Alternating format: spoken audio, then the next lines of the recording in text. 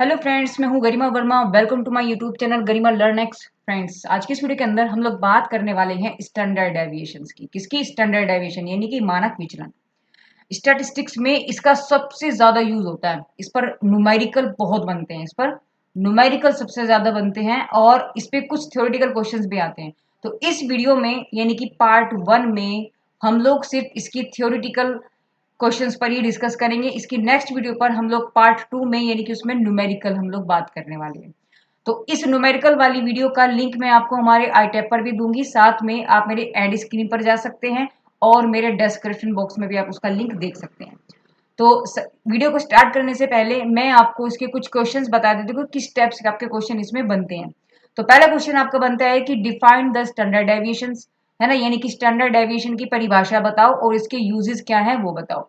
Second question आपका बनता है कि why is standard deviations considered the best measure of the dispersion, यानी कि मानक विचलन को प्रसार का सर्वोत्तम माप क्यों माना जाता है। मैंने अभी आपको बोला है कि ये सबसे ज्यादा यूज होने वाला आपका मानक विचलन जो है सबसे ज्यादा यूज होता है स्टैटिस्टिक के अंदर। ठीक है, तो ये वही चीज उन्होंने पूछा कि क्यों होता है, इस पर डिस्कस हम लोग बाद में करेंगे। हम पहले समझेंगे कि स्टैंडर्ड डेविएशंस है क्या, इसके फॉर्मूले क्या है, क्या मेरिट्स हैं, क्या डीमेरिट्स हैं। राइट।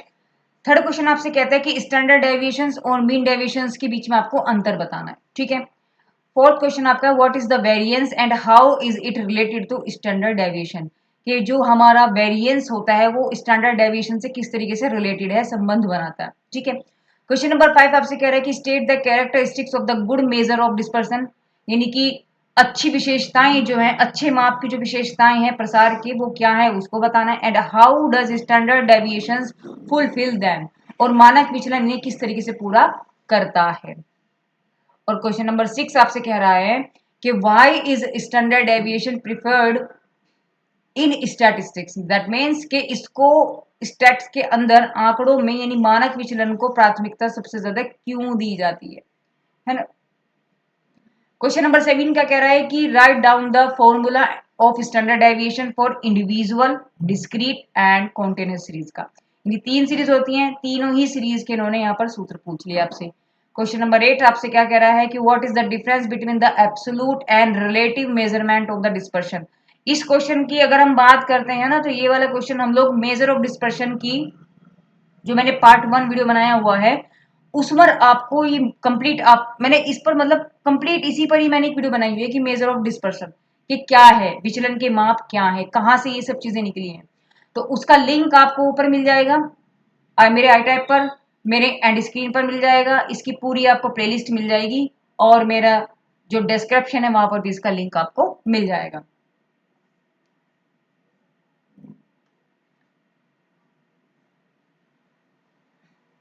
एमडी यानी मेजर ऑफ डिस्पर्शन का। क्वेश्चन नंबर 9 क्या कह रहा है आपसे, कहता है कि अच्छा अभी इसमें एक पार्ट और रह गया कि वेयर स्टैंडर्ड डेविएशंस लाई, कि मानक विचलन किस प्रकार से माप करता है ना, किस प्रकार का माप है ये। तो चलिए इन सभी क्वेश्चन पर हम लोग बाद में डिस्कस करेंगे, पहले एक बार क्वेश्चन हम लोग देख रहे हैं। क्वेश्चन नंबर 9 आपसे कह रहा है कि explain the relationship between the standard deviation and coefficient of variation, यानी कि मानक विचलन और परिवर्तनांक के बीच में आपको संबंध बताना। ये आपके 9 क्वेश्चन हैं जो एग्जाम्स में पूछे गए हैं। ठीक है ना।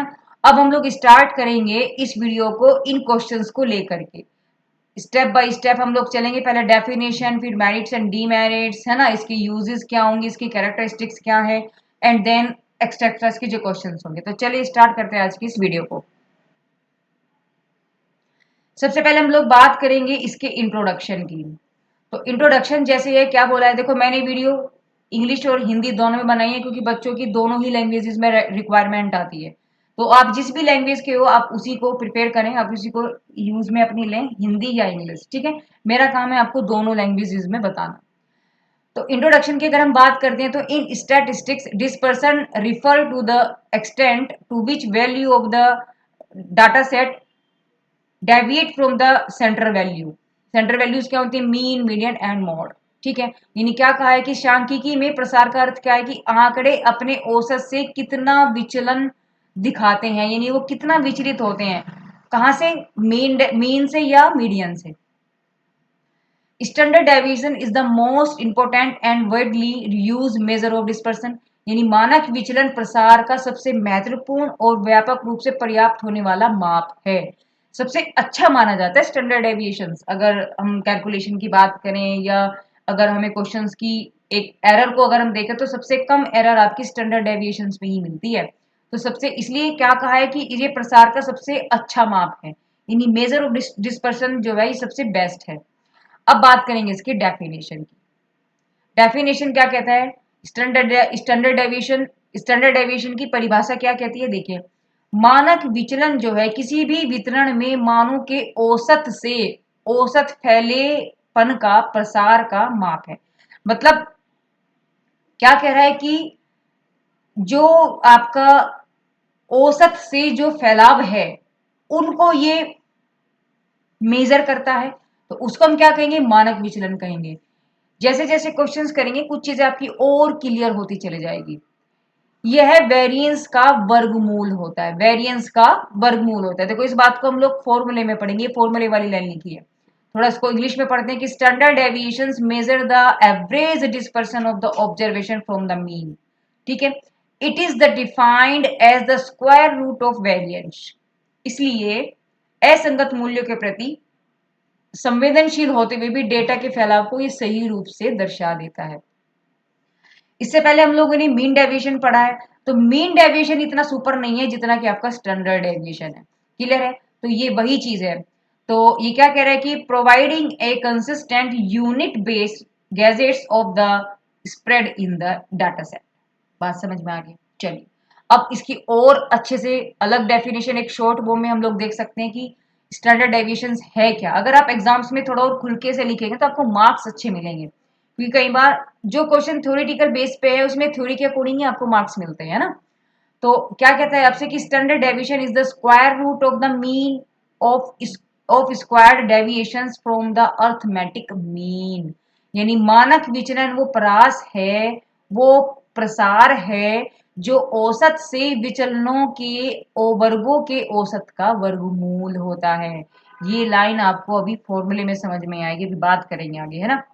If all values are close to mean SD is small otherwise large. मतलब क्या कह रहा है कि यदि सभी मान औसत के पास हैं, सभी मान अगर मीन के आसपास आ रहे हैं तो एसडी बहुत छोटा बनेगा, और अगर फैले हुए बन रहे हैं तो स्टैंडर्ड डेविएशन आपका बड़ा आएगा। मतलब समझ में आ रहा है? जैसे ग्राफ है, मीन आपका ये आ गया मीन, तो अगर वैल्यू आपके पास मीन के आसपास ही सारी मंडरा रही हैं, यही आसपास ये आपकी वैल्यूज हैं मीन के आसपास, ये क्या है आपका? ये मीन है। तो आपका जो एस डी बनेगा वो छोटा बनेगा, है ना। और अगर फैले हुए आपके पास जो डेटा आ रहे हैं वो इस तरीके से सारे में फैले हुए आ रहे हैं, मीन के दूर दूर तक फैले हुए हैं, तो आपका डेटा, आपका जो स्टैंडर्ड डेविएशन होगा वो फैला हुआ मिलेगा, यानी वो बड़ा मिलेगा। ठीक है, चलिए अब बात करेंगे इसके फॉर्मूलों की। पहली भी बात मैंने आपको कही थी कि तीन सीरीज होती हैं। एक होती है इंडिविजुअल सीरीज यानी कि अनग्रुप डेटा, और एक होता है आपके पास डिस्क्रीट, और एक होता है आपके पास कॉन्टिन्यूस सीरीज।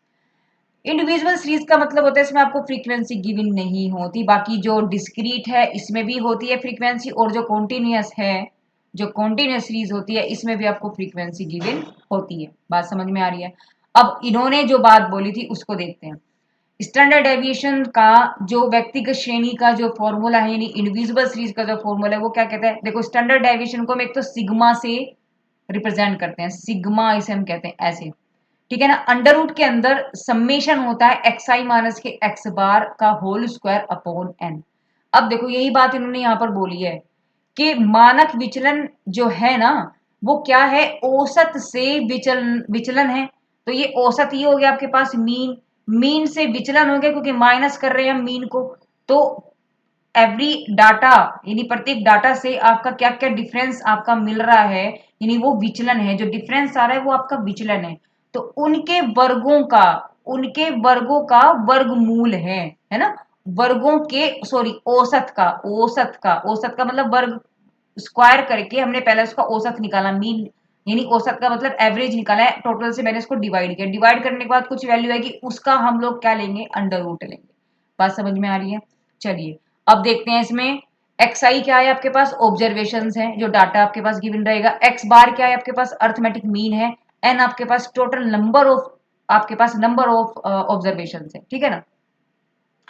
चलिए अब बात करेंगे इसके डिस्क्रीट सीरीज की। डिस्क्रीट में क्या है, देखो फ्रीक्वेंसी के साथ यहाँ पे आपको फ्रीक्वेंसी गिवन होती है, तो इसी फॉर्मूले में आपको क्या करना है, यहाँ पर इसी में आपको क्या करना है, बस यहाँ आप एफ आई कर दोगे, और हमें पता है कि एन बराबर समेशन ऑफ एफ आई होता है, तो बस इसकी जगह आप क्या रखोगे, ये एफ आई रख दोगे। तो यही तो करना है बस, यहाँ देखो इसमें आपने एफ आई ऐड कर दिया और नीचे आपने समेशन एफ आई कर दिया, एक एफ ही तो ज्यादा है यहाँ पर हमारे पास, तो बस वही चीज इसमें ऐड हो गई। तो सेम आपके पास कंडीशंस बनेगी, बस एक यहाँ पे आपको फ्रीक्वेंसी ज्यादा मिलेगी, ठीक है ना। तो कॉन्टिन्यूस सीरीज में क्या हो जाएगा, कॉन्टिन्यूस सीरीज में आपके पास यहाँ जो आपके पास बन रहा है ना, ये एक्स आई की जगह यहाँ आपके पास एम आई होता है, मतलब डिस्क्रीट में आपके पास एक्स गिवन होता है, मतलब आपके पास डेटा कैसे होंगे 10 20 30 40। और कॉन्टिन्यूस में कैसे होता है, आपके पास एक्स ही नहीं होता, आपके पास क्लास इंटरवल होता है, क्या होता है 10 से 20, 20 से 30, 30 से 40, और यहां से हम लोग एक्स निकालते हैं, दोनों को जोड़ के आधा 10 प्लस 20 अपॉन 2 दैट मीन्स 15। समझ में, नेक्स्ट इज 25, नेक्स्ट इज 35। तो यहाँ पर आप x निकालते हो, फाइंड करते हो, क्या करते हो, फाइंड करते हो, किसमें, कॉन्टिन्यूस सीरीज के अंदर, और डिस्क्रीट में आपको x ऑलरेडी गिवन होता है। बात समझ में आ रही है।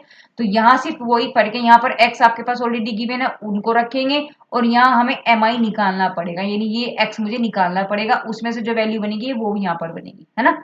ये फर्क है, बाकी न्यूमेरिकल करेंगे नेक्स्ट वीडियो में, तब आपको चीजें बिल्कुल क्लियर हो जाएंगी।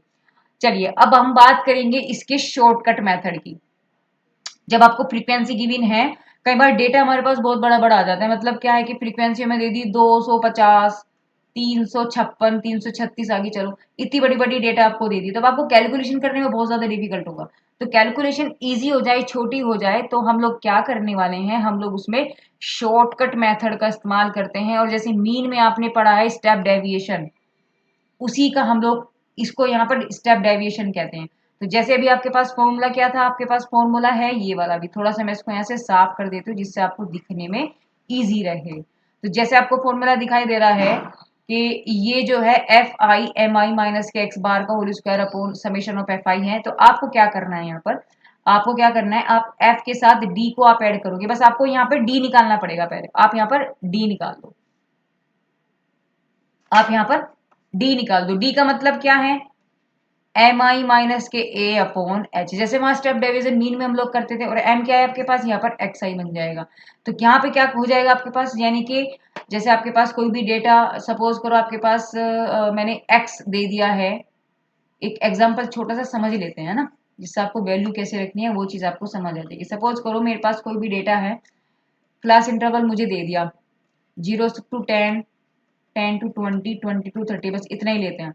तो फ्रीक्वेंसी दे दी मेरे पास होगी जी भाई 250, 336, 500, ठीक है, फ्रीक्वेंसी हमें ये दे दी। अब क्या है, सबसे पहले मुझे क्या निकालना पड़ेगा, मुझे निकालना पड़ेगा यहाँ से x। तो x कैसे निकालते हैं, दोनों को जोड़ के आधा तो निकल गया 5, ही निकल गया आपके पास 15, ही निकल गया आपके पास 25। बात समझ में आ रही है। इसके बाद अब आपको क्या निकालना है, यहां से आपको निकालना पड़ेगा d, इतना तो फिक्स है, यहाँ तक तो आपको कोई दिक्कत नहीं है इतने मामले में। लेकिन अब आपको इससे आगे क्या निकालना है, इससे आगे आपको क्या निकालना है मैं आपको बता दूं। इससे आगे की जो वैल्यू आपके पास निकालनी है वो निकालोगे आप यहाँ से d, पहले क्या निकालोगे d, और d बराबर क्या है आपके पास एक्स आई माइनस के a अपॉन h। तो h की वैल्यू अगर मैं यहाँ से देखूं, h की वैल्यू आपके पास क्या बनेगी, इनके बीच का डिफरेंस कितना है 10, ठीक है ना।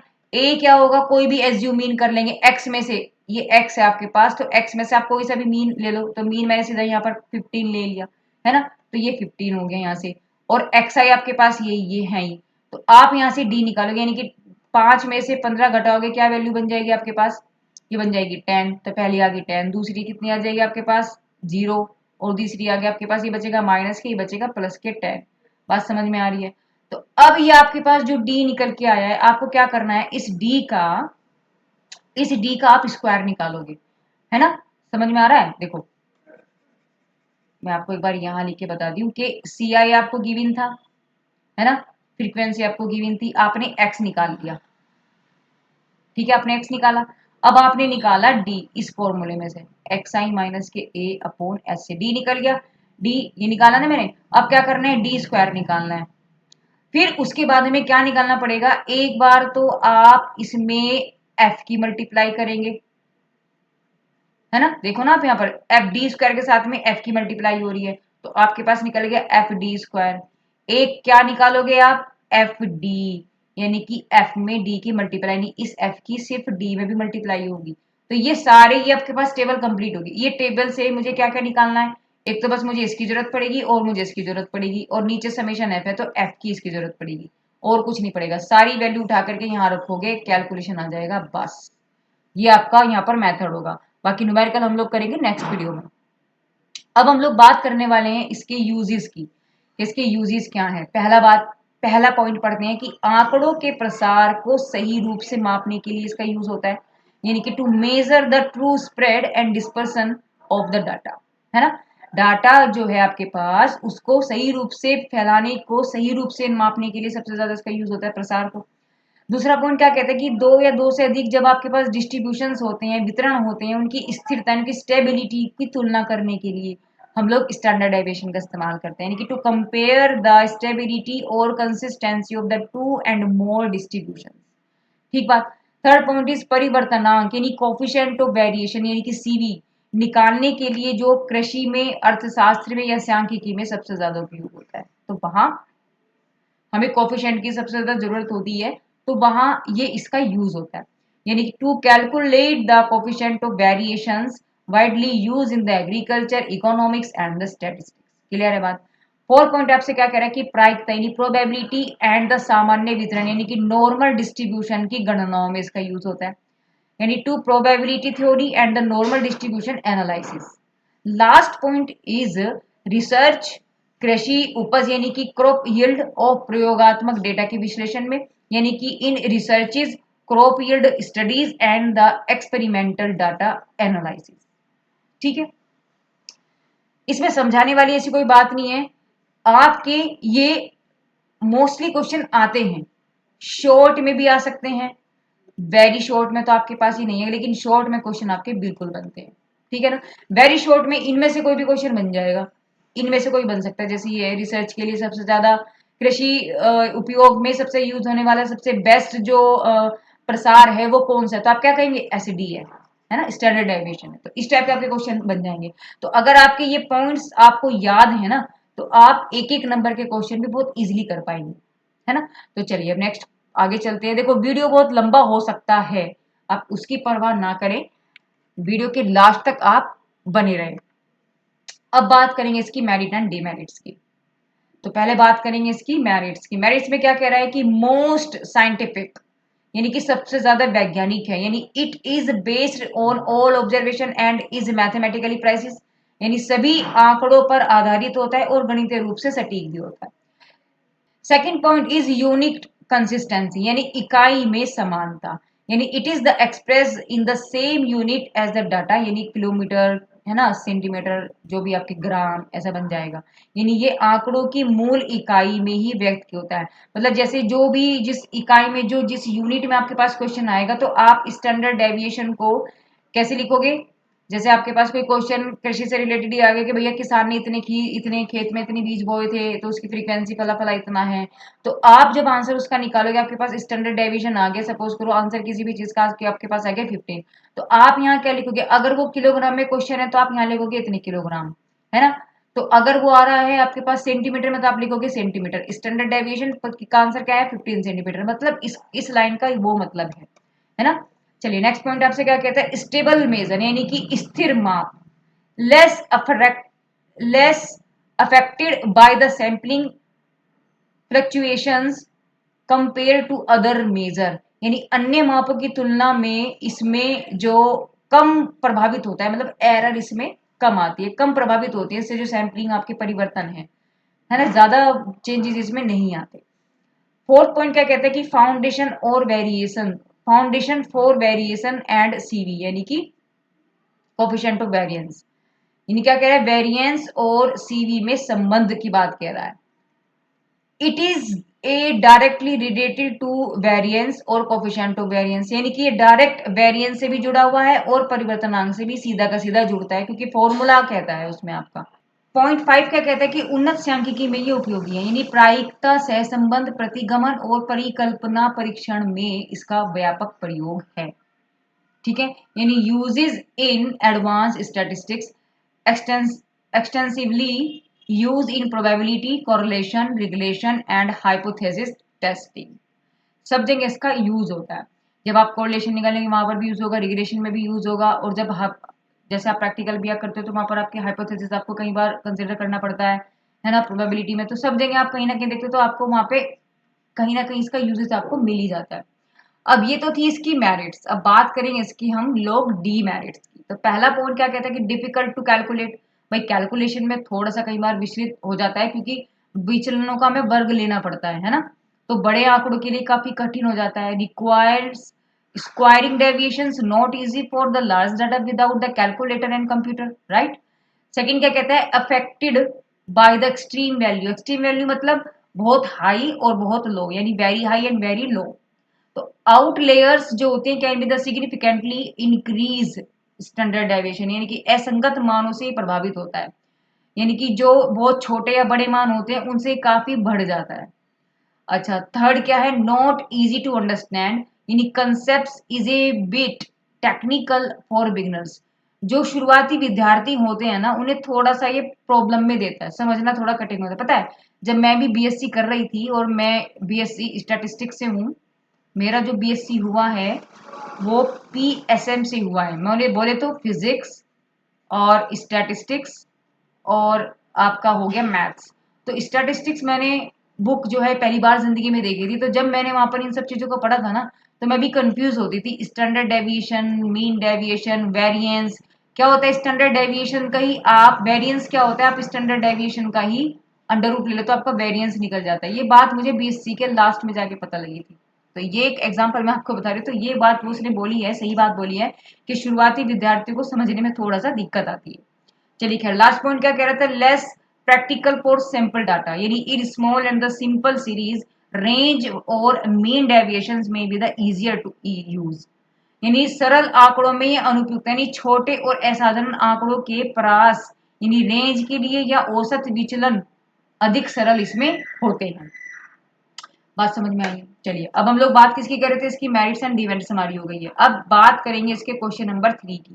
क्वेश्चन नंबर 3 में इसने ये पूछा था कि भाई why is standard deviation consider the best measure of dispersion, यानी कि मानक विचलन को प्रसार का सबसे उत्तम माप क्यों माना जाता है। तो क्या पॉइंट है उसके, पहला पॉइंट तो ये है कि एक तो it is the based on all observation, यानी सभी आंकड़ों के लिए ये उसको ध्यान में रखता है। Second point is it is the mathematically stable, यानी गणितीय रूप से ये स्थिर है, सैम्पलिंग फ्लक्चुएशन से कम प्रभावित होता है, यानी जो बोला ना मैंने इसमें एरर कम आती है ना, तो ये स्थिर है, इसलिए पॉइंटों का भी फर्क जो आएगा वो बहुत कम आएगा, माइनर आएगा। Third point is it is the directly related to mean and variance, क्योंकि आपके पास क्या होता है, देखो स्टैंडर्ड डेविएशंस बराबर तो मैंने आपको भी बताया है क्या होता है, summation of frequencies of x minus के एक्स बार का स्क्वायर का अंडर रूट, और अपॉन में आपके पास आ जाएगा समेशन ऑफ एफ आई, ठीक है। और सिग्मा बराबर क्या होता है ये निकाल लो, इसका मतलब इसको तो हम कहते हैं सिग्मा, और अगर मैं इसको सिग्मा स्क्वायर लिख दूं, सिग्मा स्क्वायर यानी कि ऐसे लिखूं, तो ये जो आपके पास बन रहा है ना एक्स आई माइनस के एक्स बार का square upon summation f i, तो ये तो अगर मैंने अंडर रूट लिया है तो बन गया स्टैंडर्ड डेविएशन, अगर मैंने अंडर रूट नहीं लिया तो ये सिग्मा स्क्वायर बन जाएगा। तो ये आपके पास क्या है, ये आपके पास है वेरिएंस। बात समझ में आई, ये वेरिएंस बन जाता है। तो ये बात इसने बोली कि देखो दोनों चीजें क्या है, आप स्टैंडर्ड डेविएशन ले लो या कि दोनों के दोनों डायरेक्टली मीन से कनेक्टेड हैं। तो ये बात इसने यहाँ पर क्या बोली थी कि डायरेक्ट आपका ये मीन से कनेक्टेड है, इसका सीधा संबंध औसत यानी मीन से होता है, वेरिएंस से भी होता है ना। चलिए, तो it is the expressed in the same unit as data, यानी कि आंकड़ों की मूल इकाई जो होती है इसमें, मतलब ये लाइन अभी हम लोग पीछे भी पढ़े थे कि अगर क्वेश्चन आपका किलोग्राम में है तो आंसर भी किलोग्राम में ही होगा। स्टैंडर्ड डेविएशन को आप किलोग्राम में लिखेंगे, ग्राम में लिखेंगे, सेंटीमीटर में लिखेंगे, जो यूनिट आपको क्वेश्चन में दी है वही की वही लिखेंगे, ऐसा नहीं कि आपको चेंज करके लिखना पड़ेगा। तो ये सबसे अच्छा पॉइंट इसका है। अच्छा, लास्ट पॉइंट क्या कहता है कि it has the wide application, यानी कि इसका उपयोग प्रोबेबिलिटी में, कोरिलेशन, रिग्रेशन, हाइपोथेसिस टेस्टिंग जितनी भी होती हैं, यानी कि आपके आप आगे आगे पढ़ोगे टी टेस्ट, एफ टेस्ट, काई टेस्ट, है ना, ऐसे कई सारे टेस्ट आप वहां पर पढ़ेंगे तो उनकी टेस्टिंग में इन सब का ये क्वालिटी कंट्रोल में होता है इसमें, है ना। तो इसका यूजेस है, इसलिए क्योंकि अधिकतर यूज हम लोग स्टैंडर्ड डेविएशन में ही करते हैं तो इसलिए सबसे ज्यादा ये उपयोगी है, सबसे ज्यादा सर्वोत्तम माप में यही माना जाता है, क्योंकि ये पॉइंट इसमें इन्होंने मेन बताए हैं। बात समझ में आ रही है।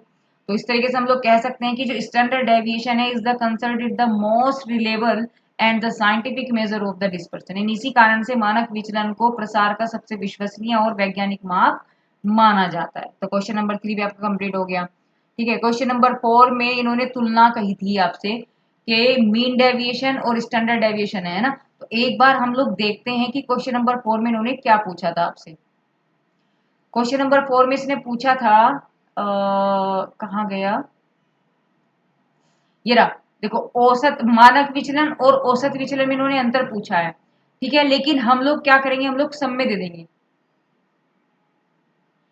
तो यहाँ जो मैंने आपको अंतर बताया है मैंने तीनों की कंपेयर कर दी यहाँ पर। इसमें मैंने रेंज भी ले लिया और जो है आपका देखो ये रेंज आ गया, जितने भी अब तक है ना आपके भी सबका मैंने सारों को ले लिया। किसी में भी किसी का भी कुछ भी पूछे आपको पॉइंट यहीं से सेट हो जाएंगे। तो मैंने रेंज भी ले लिया, मैंने क्वार्टर डेविएशंस भी ले लिया, मीन डेविएशंस भी ले लिया और स्टैंडर्ड डेविएशंस भी ले लिया। क्वेश्चन अब आपका कुछ भी आ सकता है, पूछ सकता है रेंज और क्यूडी में अंतर बताओ, पूछ सकता है मीन डेविएशन इसमें बताओ, पूछ सकता है इन दोनों में, पूछ सकता है इन दोनों में,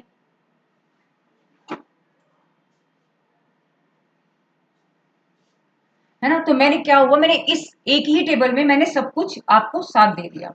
तो चलिए अब बात करेंगे इनके पॉइंटों की, पॉइंट क्या कहते हैं। पहली बात है डेफिनेशंस की। तो परास क्या होता है, डिफरेंस होता है बिटवीन द लार्जेस्ट और स्मॉलेस्ट वैल्यू का, सबसे बड़ी और सबसे छोटे मान का बीच का जो अंतर होता है वो से हम परास कहते हैं।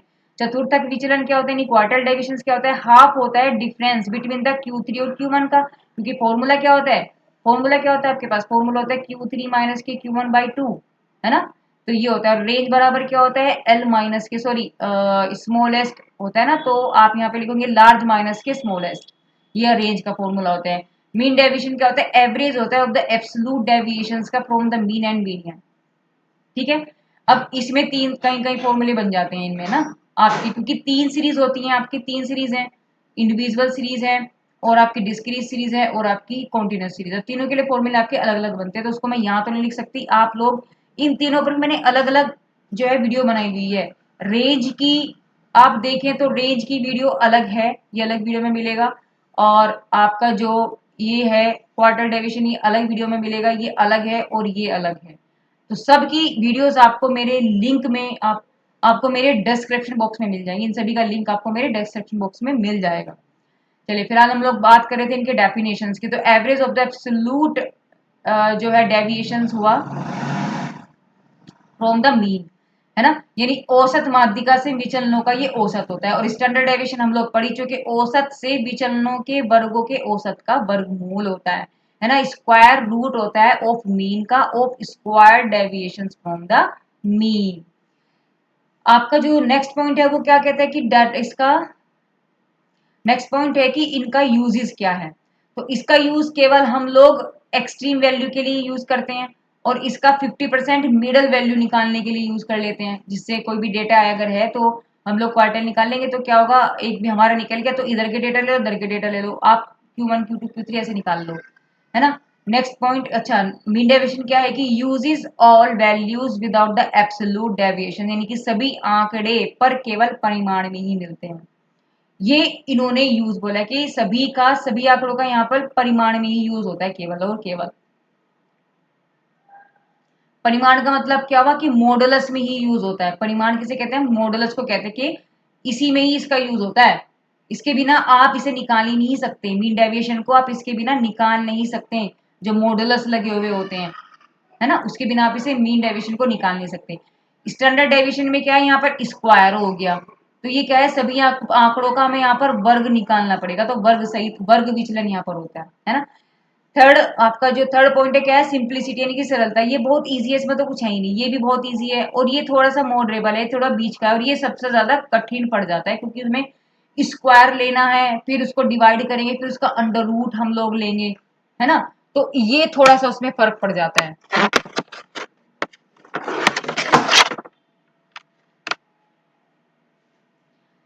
चलिए नेक्स्ट पॉइंट क्या है आपका, effect of the extreme value यानी असंगत मानों का प्रभाव।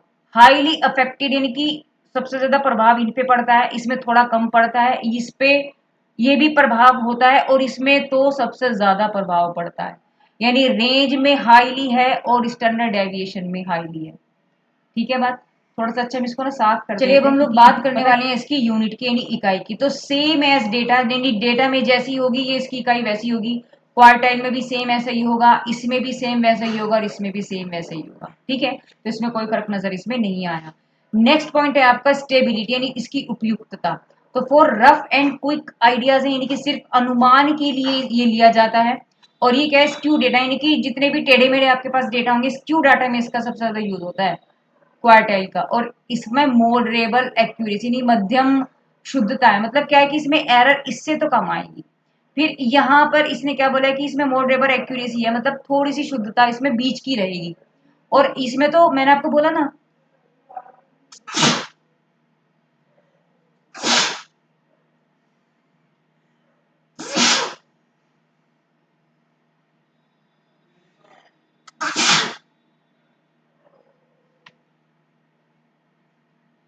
जो स्टैंडर्ड डेविएशन होता है इसमें एरर बहुत कम होती है। तो इसका मतलब जब एरर कम होगी तो अधिकतम शुद्धता हो जाएगी। ठीक है, इसमें इससे कम होती है शुद्धता, मध्यम शुद्धता है। और इसका यूज सिर्फ हम स्क्यू डाटा में करते हैं और ये सिर्फ अनुमान के तौर पर होता है क्योंकि मैक्सिमम में से मिनिमम को माइनस करना है हमें। लास्ट पॉइंट आपका क्या कहते हैं, यूज इन स्टैटिस्टिक्स यानी स्टेट के अंदर क्या यूज होता है। इसका तो सिर्फ प्रारंभिक तुलना के लिए यूज होता है, इसका असमानता अध्ययन के लिए, मतलब कई कई चीजें नहीं की जी इन इक्वालिटी जहां पर कई बार होती है तो वहां इसका हम लोग यूज करते हैं। इसका मीन डेविएशन का आप इकोनॉमिक्स में देखें, आप सोशल साइंस में देखें, स्टैटिस्टिक्स से अलग आप इसे इकोनॉमिक्स में देख सकते हो, सोशल साइंस के अंदर भी होता है, इसमें प्रोबेबिलिटी में भी होता है, रिसर्च इस एरिया में, एग्रीकल्चर डिपार्टमेंट में, क्वालिटी कंट्रोल्स में, है ना। ये इसके यूजेस हैं कि कहाँ कहाँ और हो सकता है। तो अगर मैं देखूं तो इनका निष्कर्ष क्या निकल के आया, निष्कर्ष तो सिर्फ ये निकल के आया कि range, quarter deviation, mean deviation are simpler but less reliable. ठीक है, ये कम विश्वसनीय है और standard deviation most scientific and the widely use measure यानी कि मानक विचरण सबसे ज्यादा वैज्ञानिक और व्यापक रूप से प्रयुक्त होने वाला प्रसार का माप है। बात समझ में आ गई, क्लियर है। चलिए नेक्स्ट क्वेश्चन उन्होंने क्या पूछा था कि वेरिएंस और मानक विचलन आपस में क्या संबंध होता है। ये भी मैंने आपको ऊपर जब तुलना हम लोगों ने की, कंपेयरिंग की, तो वहां पर भी मैंने आपको भी बताया था और फिर से मैं आपको बताती हूँ कि variance is the average of square deviations of the value from the mean. ठीक है, यानी वेरिएंस एक औसत है जो प्रत्येक मान के औसत से विचलन के वर्ग लेकर के निकाला जाता है। यानी कि वेरिएंस बराबर क्या होगा, summation of x i minus के एक्स बार का होल स्क्वायर अपॉन एन। और अगर फ्रीक्वेंसी में अगर हमें गिवन है तो आप क्या लगाएंगे, यहाँ लिखेंगे f i x i minus के एक्स बार का whole square upon summation f i. तो ये तो आपके पास है क्या, सिग्मा स्क्वायर, यानी कि वेरिएंस होता है सिग्मा स्क्वायर। अगर मैं इसका अंडर रूट ले लूं, इसी का मैं अंडर रूट ले लूं, ये यहाँ मैंने भर दिया है ना, तो आपके पास बन जाएगा सिग्मा। तो सिग्मा क्या आपके पास, स्टैंडर्ड डेविएशन। ये इसमें बच्चे कई बार ना कंफ्यूज होते हैं सिग्मा स्क्वायर और सिग्मा में। बस आप स्टैंडर्ड डेविएशन का अगर आप अंडर रूट नहीं लोगे, मतलब जो वैल्यू अगर आप इसका अंडर रूट ले लोगे तो वो स्टैंडर्ड डेविएशन बन जाएगा, और आप वहीं छोड़ दो स्क्वायर में लेकर के तो आपके पास वो वेरिएंस बन जाता है।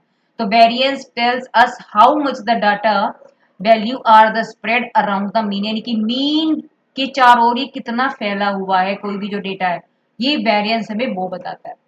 ठीक है बात।